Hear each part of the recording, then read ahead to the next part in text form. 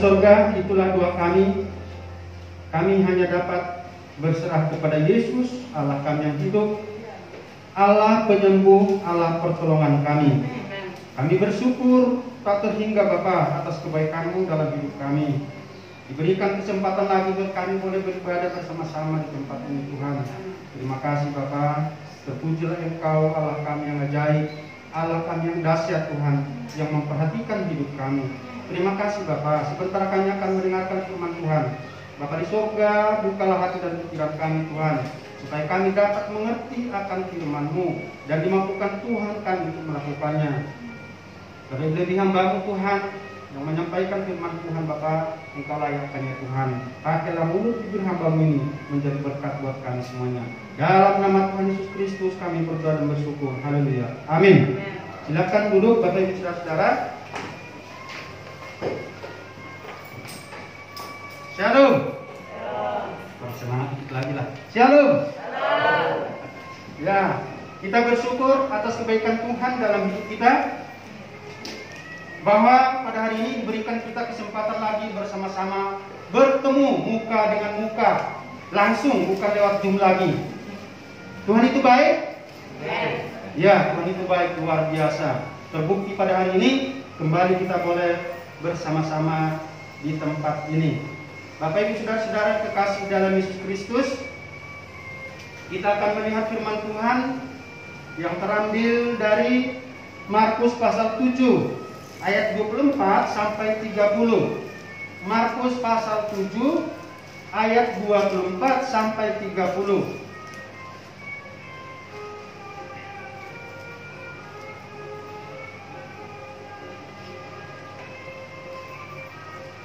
Kita akan bacakan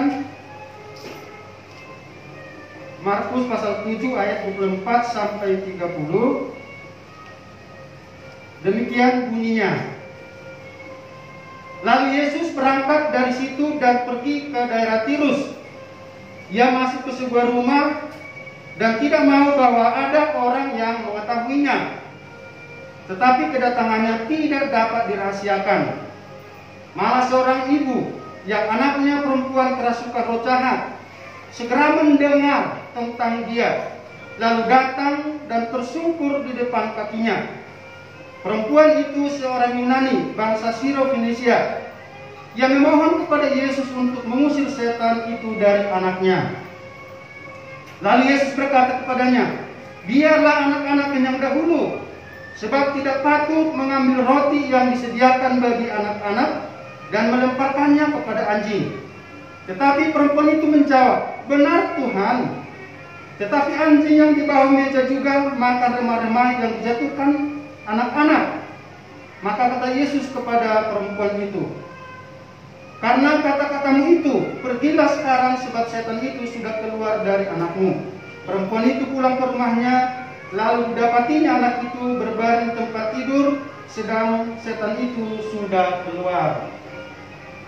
Temanya Tuhan Yesus menyembuhkan ya, tema firman Tuhan di sepanjang 1 bulan ini, Tuhan Yesus yang menyembuhkan. Nah Bapak Ibu Saudara-saudara, kehadiran Tuhan Yesus sangat penting di dalam kehidupan kita.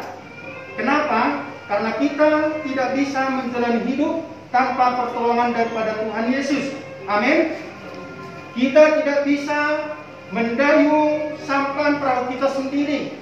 Kita butuh Tuhan Yesus menumpang di dalamnya bersama-sama supaya kita bisa melewati banyak tantangan, banyak gelombang yang besar terhadap hempasan gelombang itu.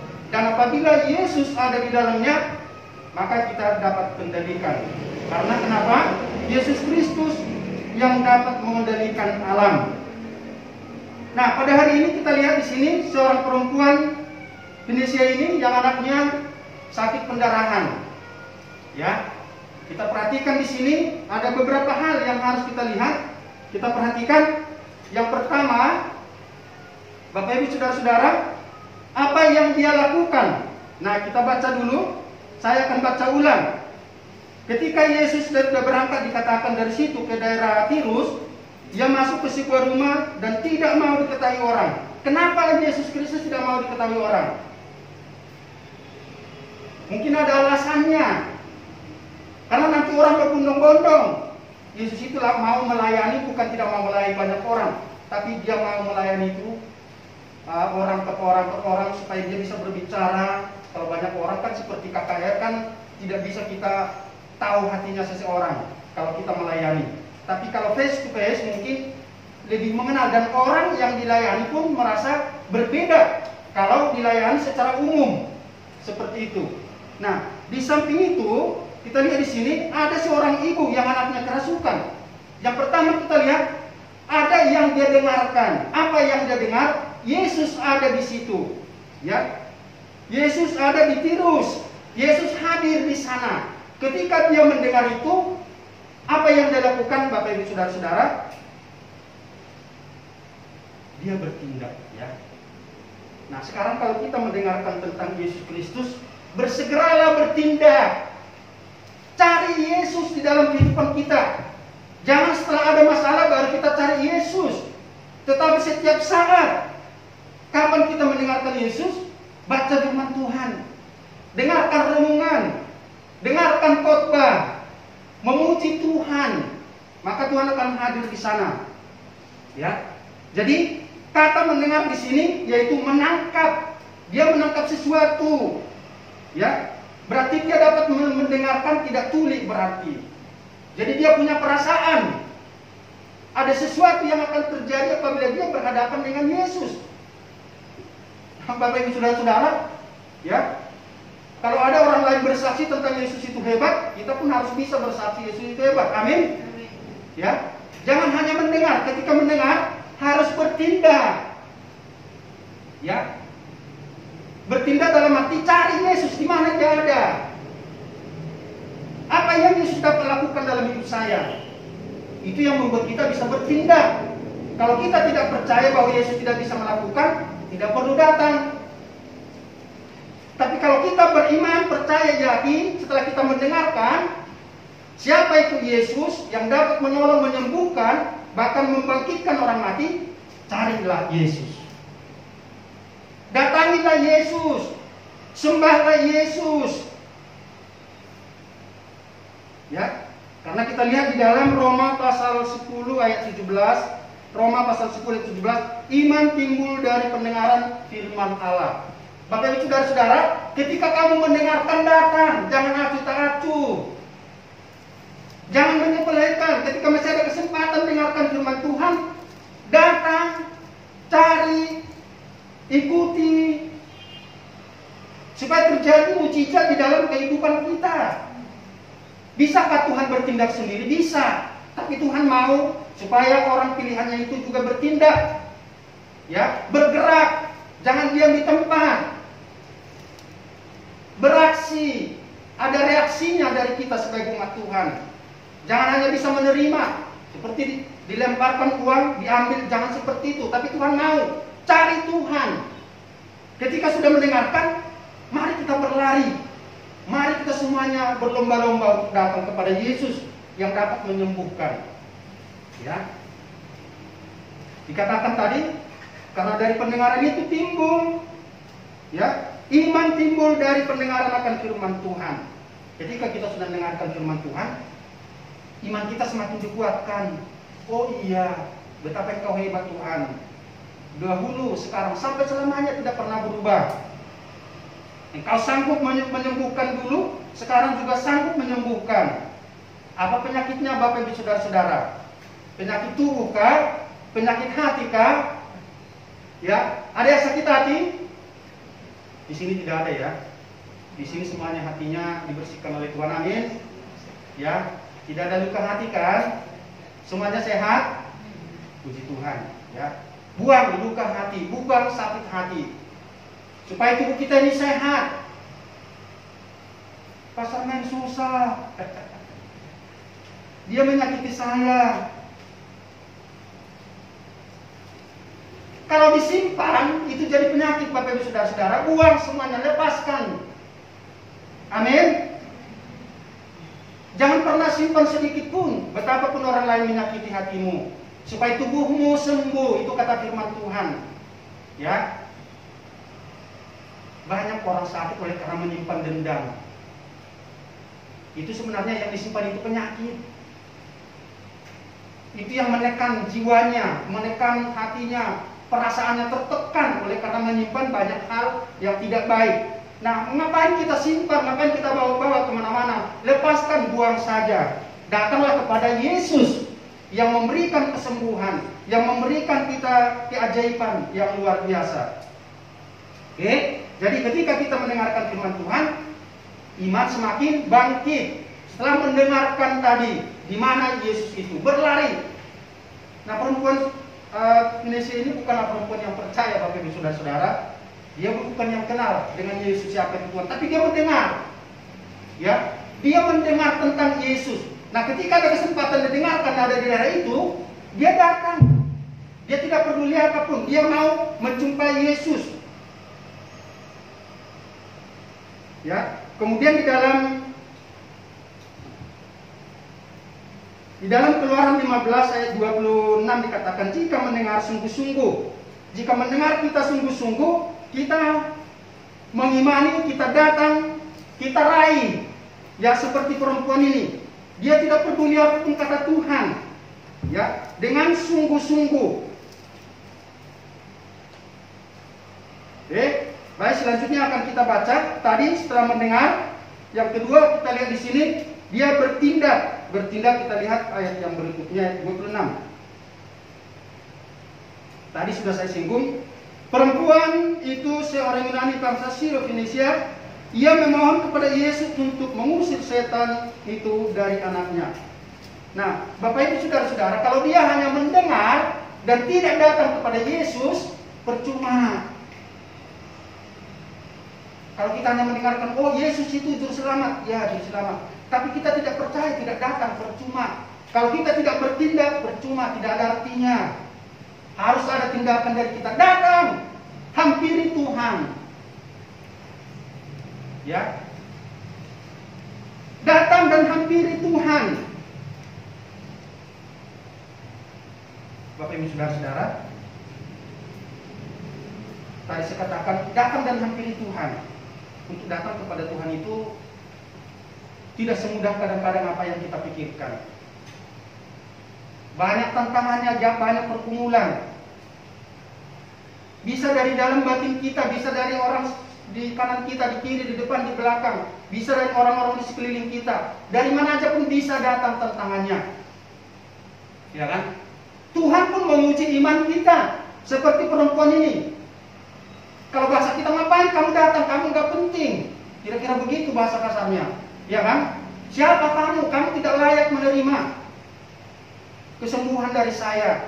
Tidak layak mendapat pertolongan dari saya. Kamu bukan anak-anak saya.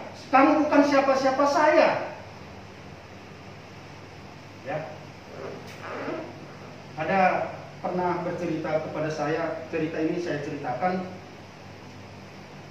Untuk mencari Tuhan itu kadang-kadang butuh pengorbanan. Bukan kadang-kadang, selalu butuh pengorbanan. Baik waktunya, baik tenaganya. Ya kan? Bahkan kantongnya sendiri pun, Bapak Ibu Saudara-saudara, itu pengorbanan untuk mencari Tuhan.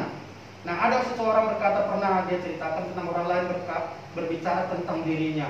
Bagaimana dia mencari Tuhan itu dengan sungguh luar biasa. Nah, biasanya orang-orang yang seperti itu kan, orang lain melihat itu, wah, kamu itu hebat ya, paling rohani. Kamu itu yang paling nomor satu mencari Tuhan. Tapi hidup kamu seperti itu, maksudnya tanda kutip, tidak lebih baik dari yang tidak sungguh-sungguh di dalam Tuhan. Itu hambatan, itu tantangan Bapak Ibu Saudara-saudara. Dia kata, makan itu Tuhanmu, cari itu Tuhanmu. Ketika kita ada tantangan begitu, apakah kita surut? Apakah kita semakin bergairah? Amin. Tidak mudah Bapak Ibu Saudara-saudara. Perempuan ini tidak mudah dia mencapai tujuannya dalam mencapai Yesus saat itu, tidak mudah, sulit. Coba kita baca lagi. Lalu Yesus berkata kepadanya, biarlah anak-anak yang dahulu, sebab tidak patut mengambil roti yang disediakan bagi anak-anak, melemparkannya kepada anjing. Dengan kata lain, perempuan itu tidak layak. Kamu tidak layak mendapat bagian. Ya, seperti itu, tidak layak. Tapi Bapak Ibu Saudara-saudara, Tuhan bukan tidak sayang kepada perempuan ini, tapi Tuhan mau melihat imannya. Tuhan mau menguji sampai di mana keteguhan hatinya untuk mencari dan percaya bahwa Yesus itu mampu. Kadang-kadang kan kita di tengah jalan menyerah, ya. Aduh bosan, bukan bosan, aduh capek dah Tuhan. Sampai kapan? Kalau kita pergi ke pengkhotbah ada waktunya. Kapan waktunya? Nggak tahu, terserah Tuhan. Kapan Tuhan, apa saya sampai mati? Tidak. Ada waktunya Tuhan yang terbaik. Bapak Ibu Saudara-saudara, ya kan? Sama seperti firman Tuhan kalau kita lihat di dalam Keluaran itu, bagaimana janji-janji Tuhan itu turun-temurun itu, ya kan? Diberikan anak yang hidupnya, ibaratnya yang nenek moyangnya itu hidup di dalam Tuhan, itu akan diwariskan terus-menerus. Kata pemazmur pun seperti itu. Maksudnya itu akan tetap mereka itu diberkati oleh Tuhan. Iman yang diwariskan, kata Rasul Paulus kepada Timotius, ya. Masih kita ingat Louis, Eunike, Timotius? Kenapa bisa Timotius seperti itu? Dari neneknya, mamanya yang membimbing dia, sehingga Rasul Paulus katakan anak rohaninya, anak yang dia sayangi, anak yang terbaik dalam hidupnya Rasul Paulus. Dia kata seperti itu. Kalau aku mengenang air matamu, melihat air matamu, Rasul Paulus itu sepertinya bagaimana di dalam perasaannya itu. Bersyukur dia kepada Tuhan, karena Timotius itu sungguh-sungguh hidup di dalam Tuhan. Ya, dapat dipercaya. Banyak tantangan yang dihadapi Timotius, banyak. Anak yang muda diberikan kesempatan untuk menggembalakan, ya kan, mengatur yang sudah tua-tua, ya, mengatur dalam arti tata hidup, ya, supaya mereka itu mengenal Tuhan. Tidak mudah. Bahkan disuruh jaga kekudusanmu, jangan ikuti lakunya anak-anak muda. Di sini banyak anak muda melihat perilaku anak muda sekarang ini. Nah, anak-anak yang cinta Tuhan, anak-anak gereja, jangan mengikuti secara duniawi, ya, seperti itu, supaya sama seperti Timotius, bertanggung jawab di dalam hidupnya. Kenapa? Karena neneknya Louis, Eunike, mamanya, sampai kepada dia mendengarkan nasihat-nasihat firman Tuhan, sehingga turun kepadanya sampai Rasul Paulus itu memujinya, Bapak Ibu Saudara-saudara. Jadi tantangannya banyak. Tuhan Yesus katakan kamu tidak layak, ibu.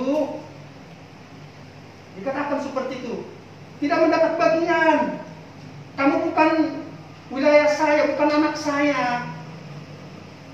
Nggak bisa mendapatkannya. Tapi kita baca lagi ayat berikutnya. Tetapi perempuan itu menjawab, benar Tuhan. Tetapi anjing yang di bawah meja juga makan remah-remah yang dijatuhkan anak-anak. Dengan kata lain, sedikit saja Tuhan, ya kan? Sedikit saja Tuhan berbicara tentang anak itu. Kira-kira itu dalam hatinya. Katakan sekata-kata pun tentang anak itu pasti terjadi. Bapak Ibu Saudara-saudara, imannya ini luar biasa. Kalau kita baca di akhirnya itu, imannya yang luar biasa, imannya yang dahsyat. Ya, imannya yang luar biasa, iman yang dahsyat. Jadi dia sampai dia katakan itu, bekas-bekasnya pun, kira-kira begitu, bekas-bekasnya pun Tuhan, dengan kata lain, ya sedikit pun Tuhan berbicara kepada saya akan terjadi, sedikit pun Tuhan katakan kepada anak saya itu akan terjadi.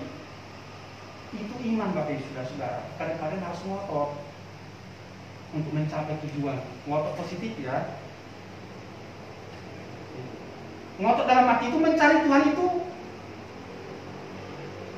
sungguh-sungguh. Apapun yang terjadi, pokoknya Tuhan, Tuhan. Sekali Tuhan, tetap Tuhan. Sekali Yesus, Yesus. Apapun kata orang. Cuma di sini kan nggak ditulis. Mungkin orang lain juga ada yang mengharap dia, mungkin nggak ditulis sekalian. Ngapain kamu, Tuhan udah katakan seperti itu, masih aja kamu ngotot gitu. Udah mikir-mikir dan lain sebagainya. Sama seperti anak-anak dulu yang ketika Tuhan Yesus datang, yang disuruh para murid, jangan kamu mengambil perjalanan gitu. Tapi Tuhan Yesus marah, jangan, biarkan anak-anak itu datang kepada saya. Mungkin dia pun seperti itu, Bapak Ibu Saudara-saudara. Ada tantangannya. Udah dikasih tahu Tuhan Yesus, kamu jangan begitu. Katanya kamu nggak layak, katanya kamu nggak mendapat bagian. Tapi masih kamu ngotot, masih kamu bilang remah-remahnya aja menjadi. kadang-kadang kita ini seperti pengemis dalam tanda kutip ya Bapak Ibu Saudara, bukan pengemis seperti di luar, dalam pihak Tuhan itu tolong. Kira-kira begitu. Apa namanya ya? Memelas. Ya kan? Memelas dalam arti supaya Tuhan itu berbelas kasihan. Membuat Tuhan itu mau mendengarkan suara kita, permohonan kita.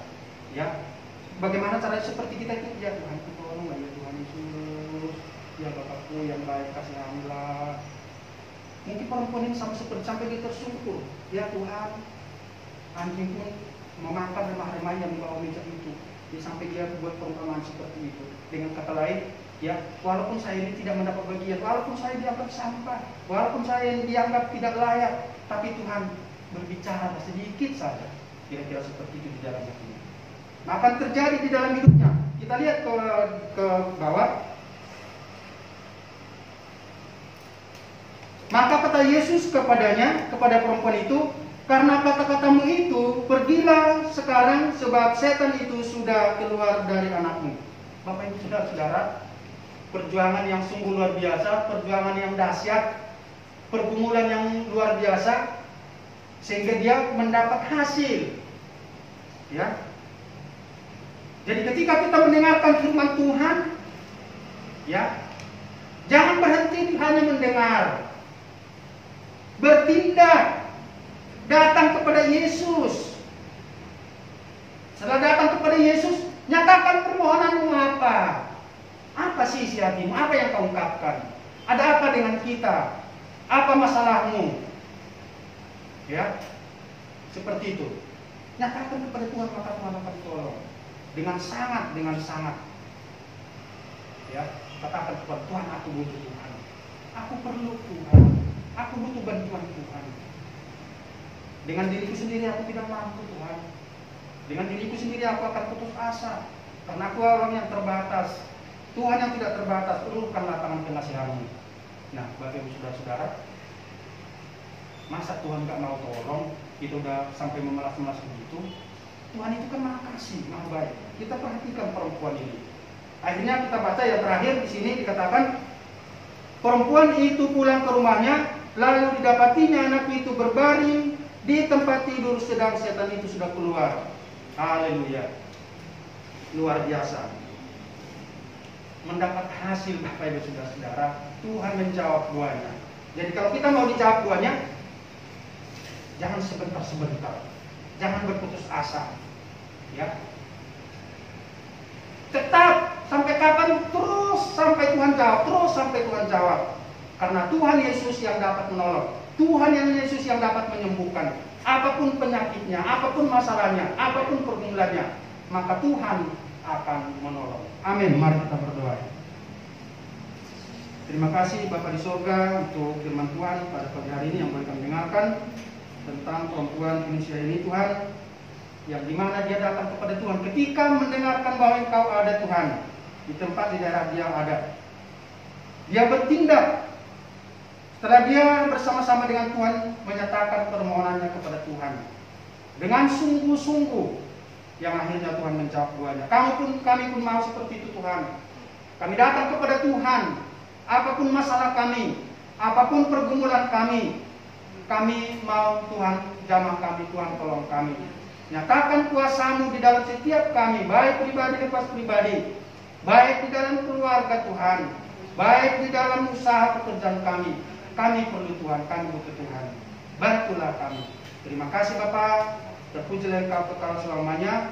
Dalam nama Yesus Kristus kami berdoa dan bersyukur untuk firman Tuhan pada pagi hari ini. Haleluya. Amin.